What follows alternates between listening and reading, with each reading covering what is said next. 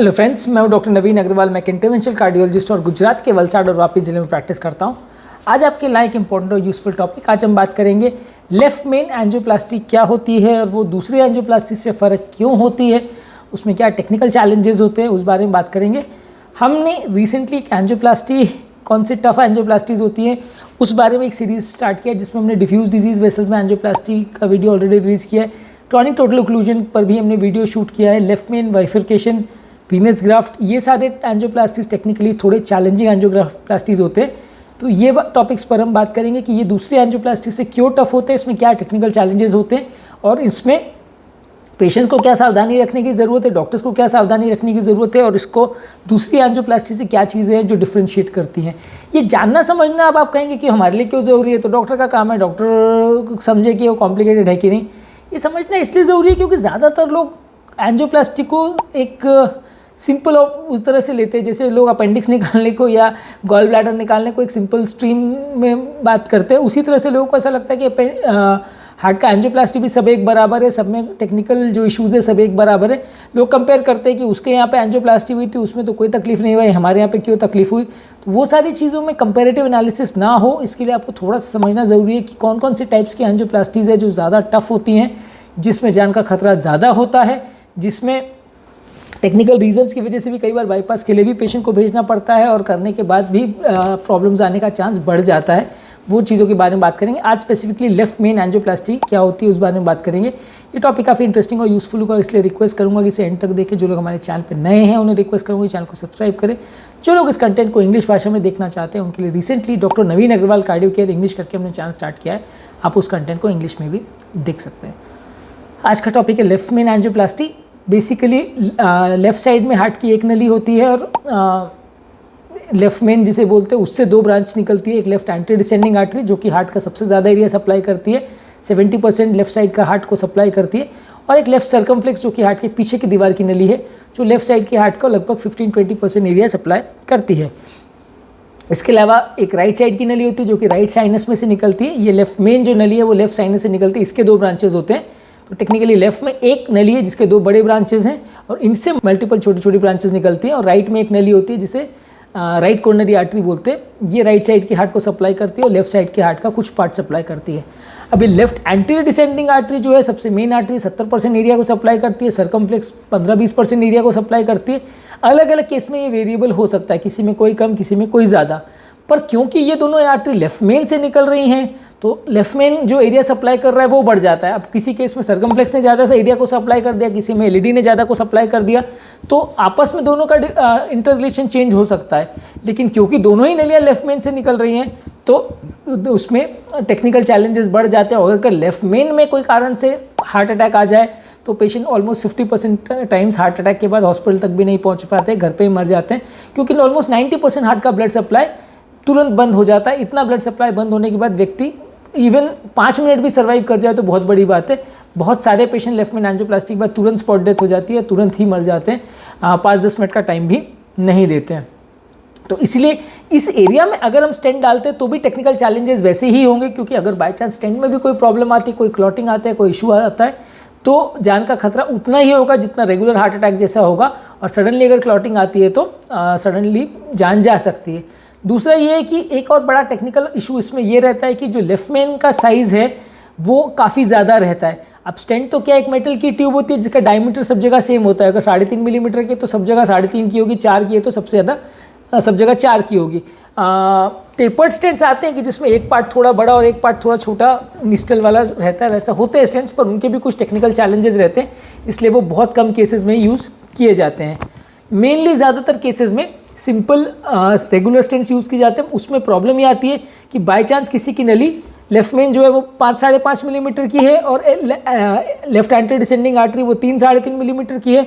अगर आप वैसे में एक लंबा स्टेंट यूज़ करते हो तो एक जगह पे नली को दीवार से चिपकने के लिए 5-5.5 मिलीमीटर का साइज़ अचीव करना पड़ेगा, और एक जगह वो नली का साइज़ में अगर उतना बड़ा स्टेंट आपने डाल दिया तो जो आगे की पोर्शन है वहाँ पे नली फट सकती है, डैमेज हो सकती है, क्योंकि दोनों जगह नली का डायमीटर सेम नहीं है। तो सेम साइज का स्टेंट दोनों में फिट हो पाना मुश्किल है, और दोनों में सेपरेट स्टेंट्स भी यूज़ करना मुश्किल है, क्योंकि नली में सेपरेट मतलब ब्लॉकेज अगर कंटिन्यूस हो तो आपको एक लंबा स्टेंट भी कई बार यूज़ करना पड़ता है।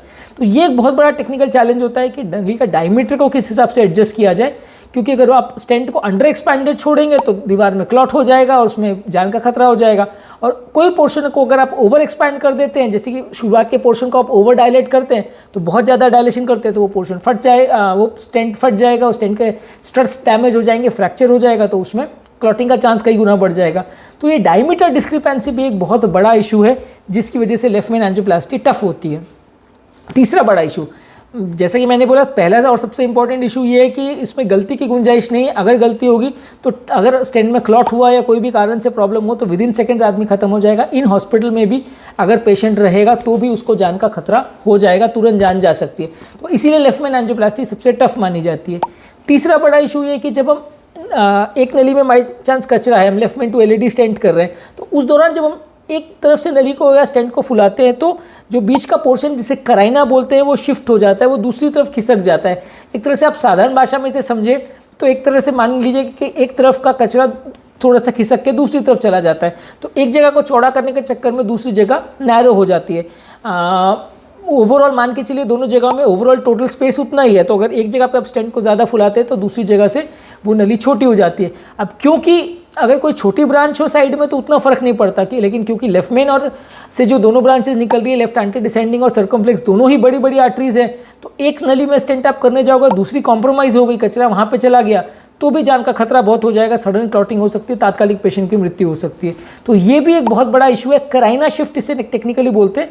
कराइना शिफ्ट में एग्जैक्टली कचरा शिफ्ट होता है वैसा नहीं है, कचरा भी शिफ्ट हो सकता है हालांकि, लेकिन एक तरह से आप ये समझ के चलिए कि जो बीच का पोर्शन है, जो दोनों पोर्शन को ज्वाइन कर रहा है, वो इधर उधर शिफ्ट कर सकता है, जिसकी वजह से नली का डायमीटर एक जगह पे जहाँ आपने स्टेंट लगाया दूसरी जगह कम हो जाएगा, तो उसमें भी जान का खतरा कई गुना बढ़ जाता है।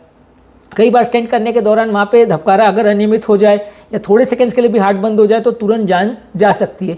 वो एरिया में अगर डिसेक्शन हो गया, नली में क्रैक पड़ गया, तो वो बहुत डेंजरस है, क्योंकि तुरंत क्लॉटिंग हो सकती है, तुरंत जान जा सकती है। और कई बार क्रैक होकर अगर वो बाहर की नली, जिसे एओर्टा बोलते हैं, मेन नली, उसमें एक्सटेंड कर गया तो भी डेंजरस है, क्योंकि उसमें भी तुरंत पेशेंट की जान जा सकती है या बहुत बड़ा कॉम्प्लिकेशन हो जाए, वैसा हो सकता है। तो इसीलिए लेफ्ट मेन एंजियोप्लास्टी जो है वो टेक्निकली चैलेंजिंग और कॉम्प्लिकेटेड मानी जाती है। और इसमें ज़्यादातर केस में अगर लेफ्ट मेन में बहुत ज़्यादा डिजीज़ हो, लेफ्ट मेन वैसे 50% से ज़्यादा डिजीज़ में एंजियोप्लास्टी रिकमेंडेड है, बाकी नलियों में नॉर्मली 70% का कट ऑफ होता है, लेफ्ट मेन में 50% से ज़्यादा को भी सिग्निफिकेंट मानते हैं। पर लेफ्ट मेन एंजियोप्लास्टी चैलेंजिंग होती है, इसलिए इसको देखभाल के करना चाहिए। लेफ्ट मेन जो है उसको भी 3 पोर्शन में डिवाइड किया जाता है। एक शुरुआती पोर्शन जिसे ऑस्टियम बोलते हैं, एक मिड पोर्शन जिसे शाफ्ट बोलते हैं, और एक डिस्टल पोर्शन है। तो ऑस्टियल और शाफ्ट वाले पोर्शन में एंजियोप्लास्टी ज़्यादातर केस में की जा सकती है, वो उतना मुश्किल नहीं है, वो रूटीनली हम भी करते हैं, ऐसा कोई दिक्कत उसमें ज़्यादातर केस में नहीं आती। ऑब्वियसली रिस्क ज़्यादा तो रहता है, लेकिन उतना दिक्कत नहीं आती है। जो डिस्टल लेफ्ट मेन है, यानी जो लेफ्ट मेन जहाँ बंद होती है, वो पोर्शन में जो एंजियोप्लास्टी वो कंपेरेटिवली ज़्यादा चैलेंजिंग होती है, उसमें क्लॉट होने का या प्रॉब्लम्स होने का चांस ज़्यादा होता है, क्योंकि वो एरिया में मल्टीपल ब्रांचेज आ रही होती है। तो एक जगह पे आप स्टेंट करने जाओ तो कचरा दूसरी तरफ जा सकता है, इधर आप करो तो उधर कॉम्प्रोमाइज़ हो सकता है, तो इसमें टेक्निकल चैलेंजेस ज़्यादा होते हैं। इसलिए डिस्टल लेफ्ट मेन, यानी लेफ्ट मेन जहाँ एंड होती है, वो पोर्शन की एंजियोप्लास्टी में ज़्यादातर लोग अवॉइड करते हैं, बहुत कम कार्डियोलॉजिस्ट करते हैं फिर भी, लेकिन रिस्की बहुत होता है और वैसे केसेस में प्रॉब्लम्स होने का चांस ज़्यादा होता है। नेक्स्ट बड़ा इशू ये होता है कि नलियों में इस पोर्शन में खासकर ऊपर वाले हिस्से में और लेफ्ट में कई बार कैल्शियम बहुत ज़्यादा डिपॉजिट हो जाता है। नलियों में ज़्यादातर जो कैल्शियम डिपॉजिशन होने की प्रक्रिया है वो नली जहाँ चालू होती है वहाँ सबसे ज़्यादा होती है।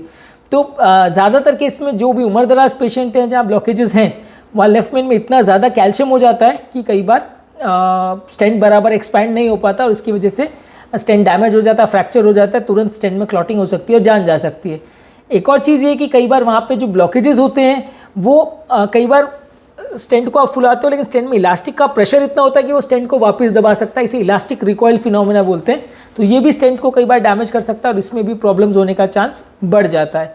एक और इशू है कि कई बार ब्लॉकेजेस वहाँ पे उसमें हार्ड तो नहीं होते, लेकिन फाइब्रस कंटेंट होता है, जिसकी वजह से आप उसको बहुत प्रेशर भी दोगे तो भी वो उतने अच्छे से खुलते नहीं है, खुलते भी है तो रिकॉइल हो जाते हैं और कई बार वो स्टेंट को भी फोड़ देते हैं, स्टेंट को भी फ्रैक्चर कर देते हैं, डैमेज कर देते हैं। तो वो भी एक बड़ा टेक्निकल चैलेंज है। डिस्टल लेफ्ट मेन एंजियोप्लास्टी को नॉर्मली ज़्यादा टफ माना जाता है और इसके केस में बहुत सारे पेशेंट्स में ज़रा भी अगर चैलेंजिंग केस हो तो पेशेंट को बाईपास के लिए भेज देना ज़्यादा अच्छा होता है। बाईपास में क्योंकि सर्जन को उतना फ़र्क नहीं पड़ता कि कहाँ पे कैसा ब्लॉकेज है, वो टेक्निकली उनको इतनी दिक्कत नहीं आती है।